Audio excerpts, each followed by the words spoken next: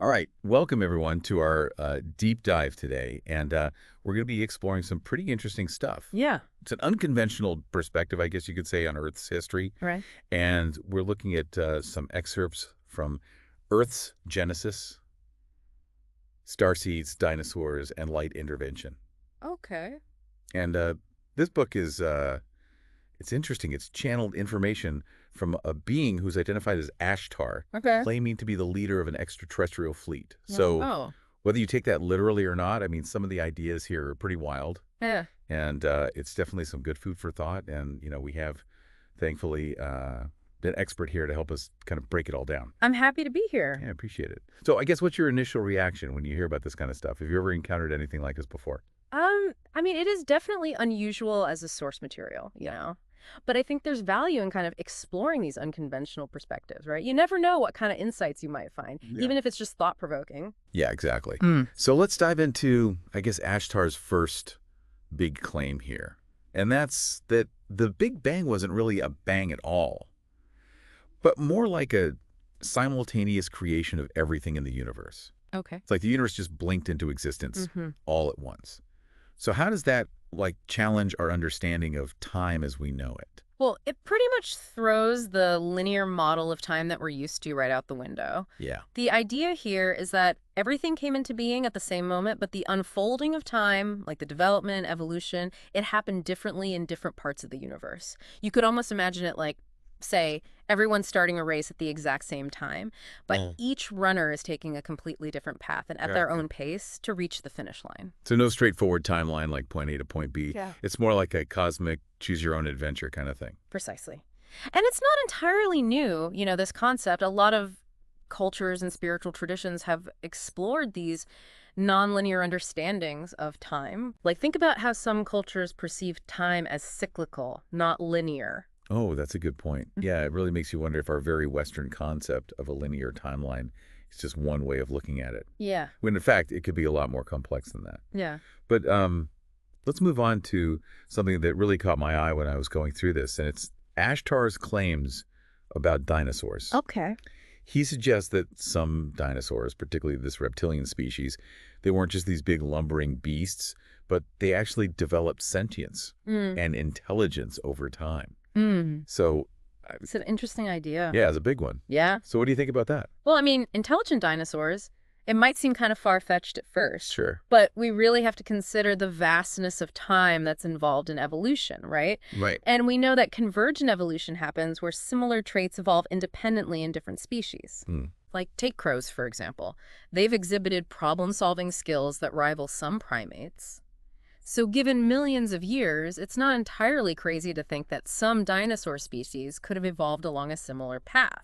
So instead of picturing them as these simple creatures driven by instinct, Yeah. we're talking about dinosaurs with complex social structures Potentially. and even problem-solving abilities. Yeah, possibly. But Ashtar takes it a step further.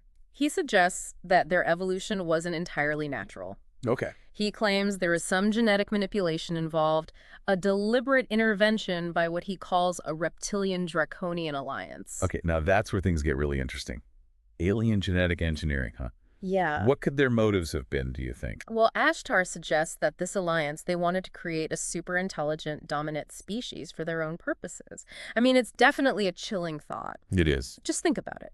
What if we, right now, had the ability to manipulate the DNA of other species to create super intelligent beings? What ethical considerations would we need to grapple with? Yeah, you're really making me rethink every dinosaur documentary I've ever seen. Right. I always thought they were just victims of, a random meteor or whatever. Right. But this paints a whole new picture. Absolutely. So Ashtar claims this experiment went wrong Yeah. and the situation on Earth spiraled out of control. So is that why he says the dinosaurs ultimately faced extinction? That's what he suggests, yeah. He claims that the situation became so chaotic, so fraught with danger, that a drastic intervention was needed. And that's where the Chicxulub impact comes in. Right, the event that wiped out the dinosaurs. Exactly. And Ashtar presents a very different perspective on the same. He claims it wasn't a random asteroid impact at all, but a deliberate act by a massive mothership called Falling Star, Wow. sent to end this disastrous experiment. Wow. That's a pretty radical claim. What do you make of it? I mean, it's certainly a bold departure from the mainstream scientific explanation. I mean, the scientific community pretty overwhelmingly attributes the Chicxulub event to a large asteroid or comet, but Ashtar's claim does raise some pretty intriguing questions, you know? Yeah. What if some events in Earth history weren't as random as we've been led to believe? That's mind-blowing to think about. Yeah. And Ashtar doesn't stop there. He also claims this mothership, falling star, Mm-hmm. was led by a being who has incarnated on Earth multiple times Okay. throughout history. Interesting. And one of those incarnations, he says, was St. Francis of Assisi. Really? So this brings a whole new dimension to the story, right? It does. It blurs the lines between these cosmic events in human history Right. in a way that's just fascinating. Yeah, sure. Wow, so we've gone from a simultaneous Big Bang to intelligent, genetically engineered dinosaurs, Right. a mothership deliberately crashing into Earth to end a chaotic experiment, Right. and now a connection to this beloved religious figure. Yeah. That's a lot to process. So we've got to stop there, and we're going to pick this back up in part 2.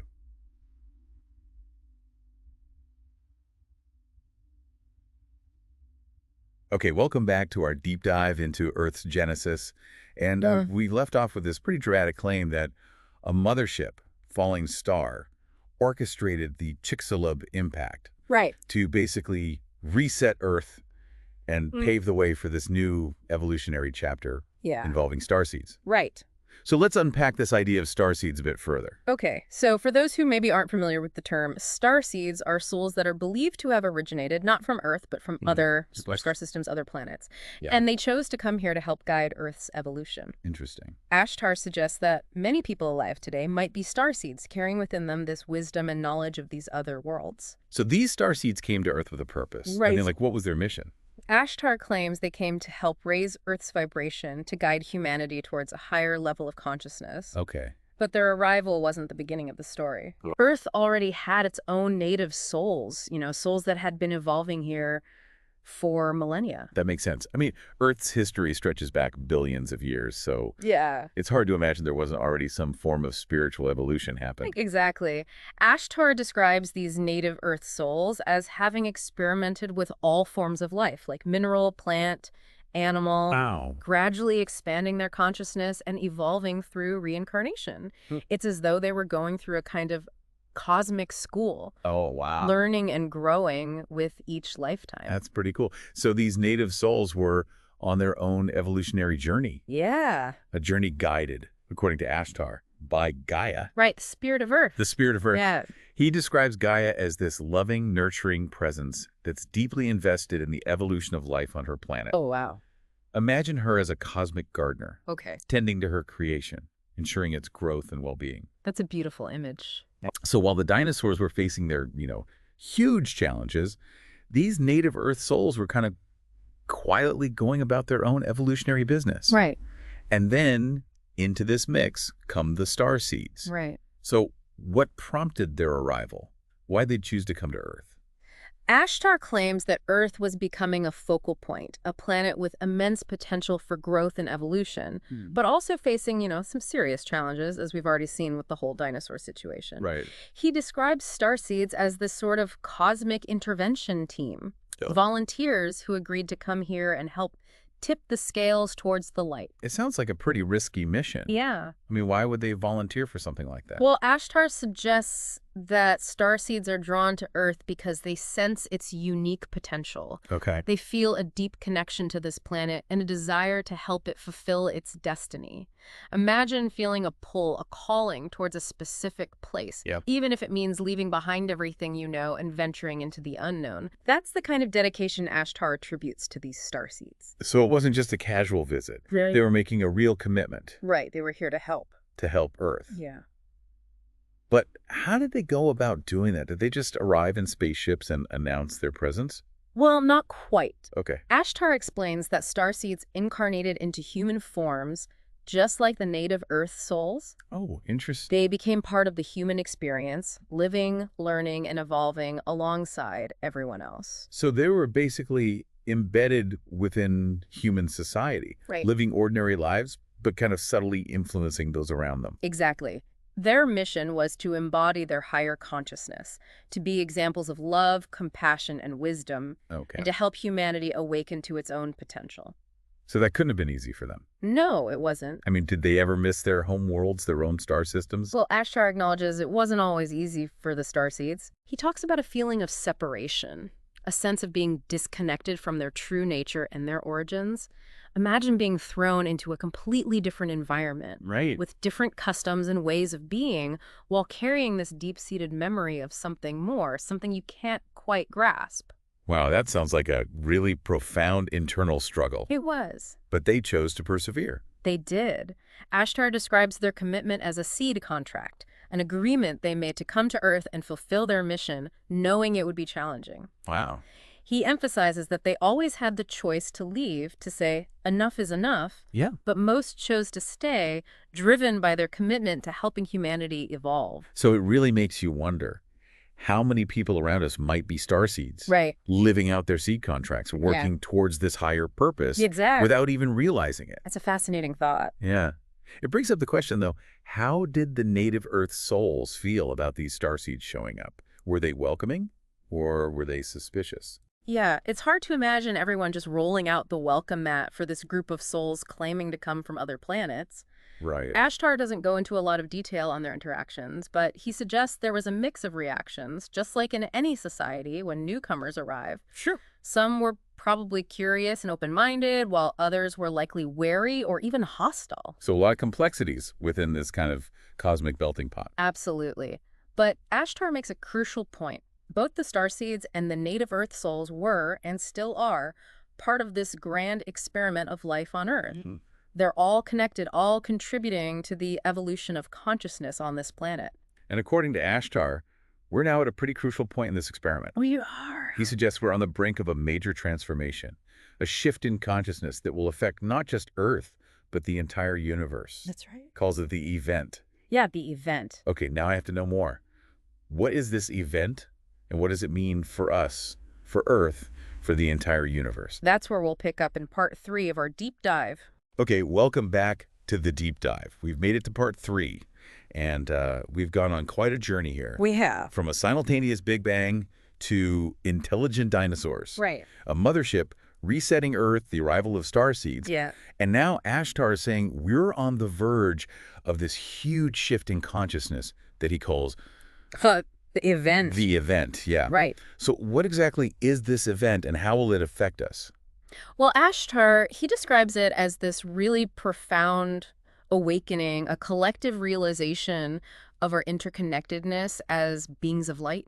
He uses terms like lifting of veils and dissolving of illusions, Okay. kind of pointing towards a shift from a reality of separation to one of unity consciousness. Unity consciousness. So a state where we're all on the same wavelength, Yeah. experiencing a sense of oneness with each other and the universe. That sounds pretty utopian. Is that even possible? I mean, it's a big idea. Ashtar acknowledges that it's not going to be without its challenges achieving this level of unity. Right. But he suggests that this shift is kind of encoded within our very DNA, like a natural progression of our spiritual evolution. He uses this analogy of a flower blooming, Okay. a gradual unfolding of our true potential. So it's not like things will just suddenly change overnight No, and everybody will be experiencing this unity consciousness. right. It's more of an evolutionary process, a blossoming. Gotcha. So Ashtar believes that starseeds, the ones who already have the experience of this higher consciousness, Yeah. will play a big role in guiding humanity through this transition. Absolutely. They can help show the way, so to speak. So we're not just sitting around waiting for this event to happen. Right. We're active participants in this cosmic evolution. Exactly. It's kind of empowering, but also, I don't know, a little bit daunting. Yeah, for sure.